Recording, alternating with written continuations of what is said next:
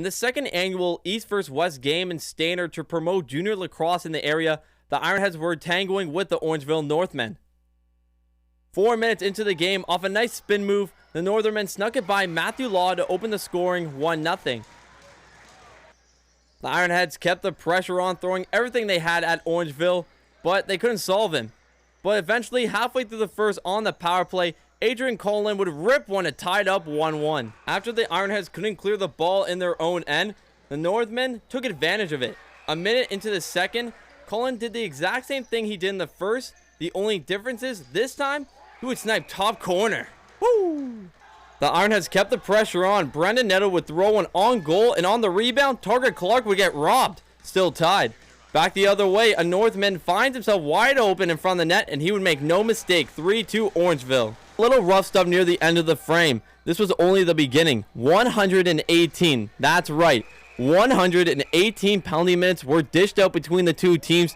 With the season just around the corner, both teams just look like they're ready to go.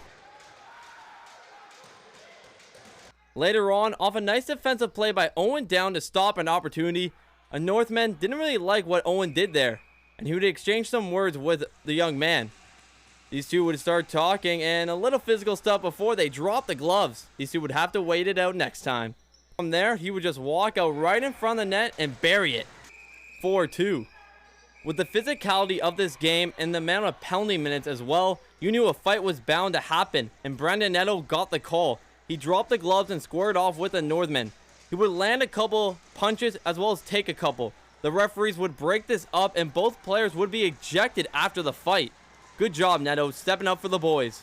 However, the play resulted in a 5-on-3 against the Ironheads, and for the third time, the Normans scored on the power play. Not much Tyler Newman could do there. The lead is 5-2.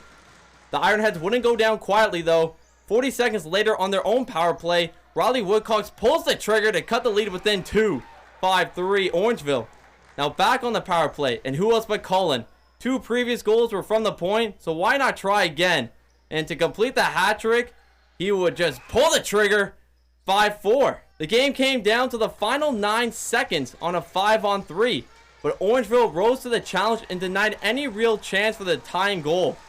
And that's how it would end. Final score, Norman 5, Ironheads 4. Even though the Ironheads lost, there was still positives. I don't know about to that extent. I think we're planning on playing with some heart and some grit.